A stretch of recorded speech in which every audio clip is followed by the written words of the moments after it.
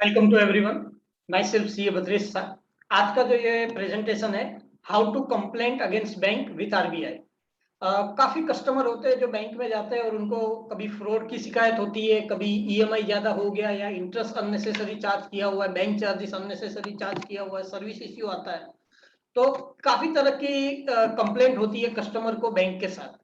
तो बैंक का जो गॉडफादर कहो या माई बाप कहो या जो भी है, वो आरबीआई होता है। जो उसकी अथॉरिटी है, सुप्रीम अथॉरिटी, वो आरबीआई होती है। तो बैंक में लोगों का बोलाचाली हो जाता है, मगजमारी हो जाता है मैनेजर के साथ, लेकिन फिर कुछ होता नहीं है। क्यों? क्योंकि कोई प्रोसेस होता है, उसको कोई फॉलो नहीं करता है।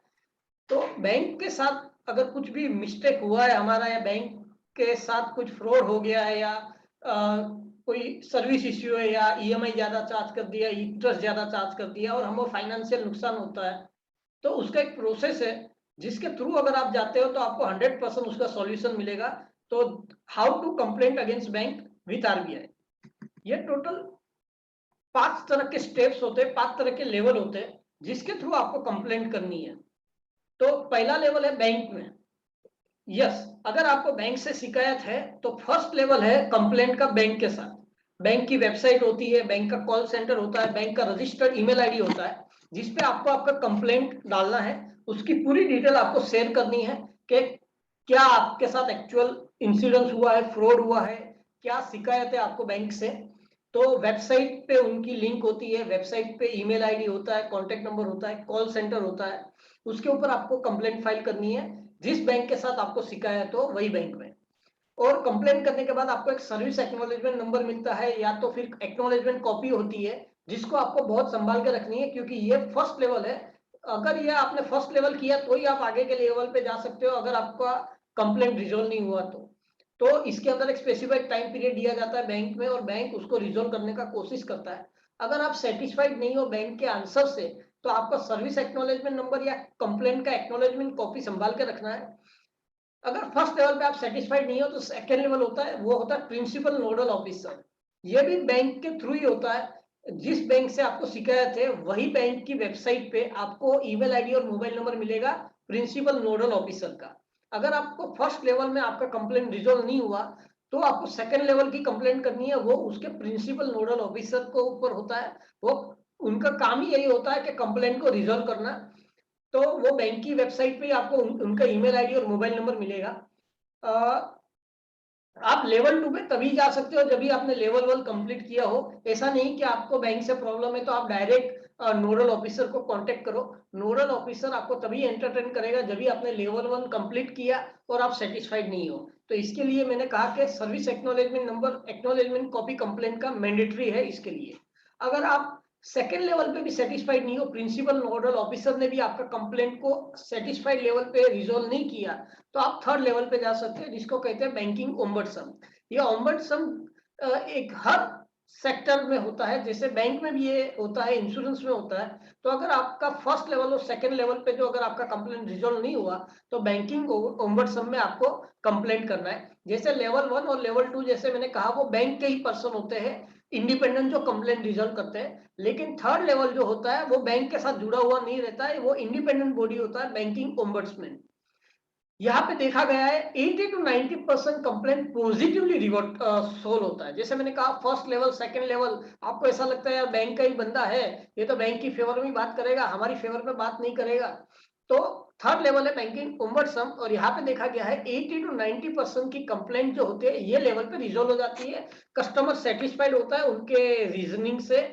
यहाँ पे बैंकिंग ओम्बड्सम अगर जो बैंक की मिस्टेक है तो उनको वो डायरेक्शन इश्यू करेगा कि ये आपकी मिस्टेक है, आप उसको तुरंत रिजोल्व कीजिए। और यहाँ पे अगर बहुत ही सीरियस तरह की मिस्टेक होती है बैंक की, तो बैंक उसको पेनलाइज भी करता है। बैंक कस्टमर को उसका बेनिफिट पहुंचाता है, और उसको जो हरेसमेंट होती है उसका भी वो एक रिवॉर्ड देने का ट्राई करता है। तो बैंकिंग ओम्बड्सम कस्टमर की रिक्वेस्ट भी रिजोल्व करता है। अगर बैंक की सीरियस मिस्टेक है तो उसको इमीडिएटली करेक्ट करवाता है, फाइनेंशियल लॉस जो हुआ होता है कस्टमर को उसको रिवर्स करवाता है, और बैंक को कड़ी संदेश में वो इंस्ट्रक्शन देता है कि इस तरह की मिस्टेक और इस तरह का हरेसमेंट फिर से होना नहीं चाहिए, अदरवाइज काफी बड़ा इश्यू होगा और काफी बड़ी तरह की पेनाल्टी और उनको खामियाजा भुगतना पड़ेगा। ये बैंकिंग कंसोर्टियम एक इंडिपेंडेंट पर्सन है और यहाँ पे 80 to 90% कस्टमर का क्वेरी पॉजिटिव वे में रिजोल्व होता है। ये काफी टाइम देखा गया है। लेकिन मैंने कहा कि 5 तरह के लेवल होते हैं अगर बैंक के साथ फाइट करना है तो। फोर्थ लेवल होता है अपीलेंट अथॉरिटी।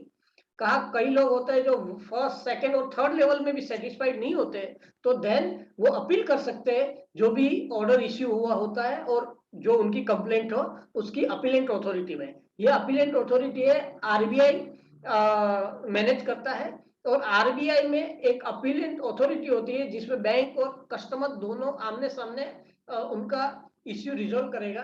तो ये आरबीआई थ्रू होता है। लाइक जो कोर्ट होती है, हम जैसे कहते हैं कि कोर्ट में मैटर जाता है, उस तरह से आरबीआई में ये मैटर जाता है कि भाई लेवल 1, 2 और 3 में भी कस्टमर का क्वेरी रिजोल्व नहीं हुआ है तो इसके लिए ये अपीलेंट अथॉरिटी आरबीआई करती है। अभी कई बार कोई कहेगा कि भाई अबे आरबीआई ने भी हमको जस्टिस नहीं दिया तो फिर क्या। तो मैंने कहा कि how to fight with bank with RBI. लेकिन कई बार कोई कस्टमर होता है, उनका जो सीरियसनेस होता है कंप्लेंट का, जो 4th लेवल पे भी जो रिजोल्व नहीं हो सकता, तो लास्ट लेवल है सीईपी सेल। ये होता है कंज्यूमर एजुकेशन प्रोटेक्शन सेल। तो सीईपी सेल होता है। अभी क्या होता है, मैंने बताया कि 4th लेवल जो होता है वो आरबीआई अपॉइंट करता है अपीलेंट अथॉरिटी। अगर आप अपीलेंट अथॉरिटी में भी आपका क्वेरी सोल्व नहीं हुआ, मतलब आरबीआई ने भी आपको कोई जस्टिस नहीं दिया, अगर कोई बोलता है कि आरबीआई के आगे मेरे को कंप्लेंट करना है, तो आरबीआई का डिपार्टमेंट होते हैं बहुत सारे और आरबीआई के डिपार्टमेंट के सामने मेरे को कंप्लेंट करना है, तो उसके लिए भी सेल है CEP cell, consumer education protection cell. तो against any department of RBI अगर आपको कोई कंप्लेंट है, अगर आपको कोई इश्यू है, आपको ग्रीवेंसेस है, तो सीईपी सेल में आप कांटेक्ट कर सकते हो और आपकी क्वेरी जो है रिजोल्व कर सकते हैं। तो इसके लिए मैंने जैसे कहा कि बैंक से फाइट करनी है तो गर्मा गर्मी में मैनेजर से झगड़ा करके कोई फायदा नहीं होता है। उसका एक सिंपल प्रोसीजर फॉलो करना होता है। लेवल 1 बैंक के साथ, level 2 principal nodal officer, level 3 banking ombudsman. यहाँ पे 80 to 90% कंप्लेंट रिजोल्व हुआ है। और लेवल 4 अपीलेंट अथॉरिटी और level 5 consumer education protection cell. Bank की आपको आरबीआई से भी शिकायत है तो उसका भी सॉल्यूशन है बैंकिंग डेफिनेशन में कि आप सीईपी सेल में भी कंप्लेंट फाइल कर सकते हैं। तो काफी सारे इश्यू लोगों को होते हैं बैंक से, कभी बार आरबीआई से, तो उसका भी एक प्रॉपर मैकेनिज्म है जिसको आप फॉलो कीजिए। और 100% बैंक के जो भी इश्यू होते हैं यहाँ पे फुल जस्टिस दिया जाता है आरबीआई की ओर से, फाइनेंस मिनिस्ट्री की ओर से, कि कस्टमर को किसी भी तरह का नुकसान ना हो। और कस्टमर जो है वो ऑलवेज किंग है और बैंक को भी उसको रिस्पेक्ट देना होगा। अगर जो बैंक का मिस्टेक है तो उसको रिजोल्व करना है।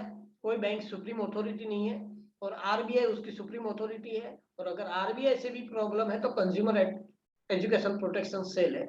तो thank you very much. Signing off CA Bhadresh साहब। आपको अपना जो राइट्स है उसका नॉलेज होना चाहिए और कहीं भी बैंक अगर आपको नोइंगली अननोइंगली फ्रॉड करती है या उनकी ओर से कोई मिस्टेक हो जाती है, स्टाफ की ओर से मिस्टेक हो जाती है, तो आपको ये स्टेप फॉलो करना है।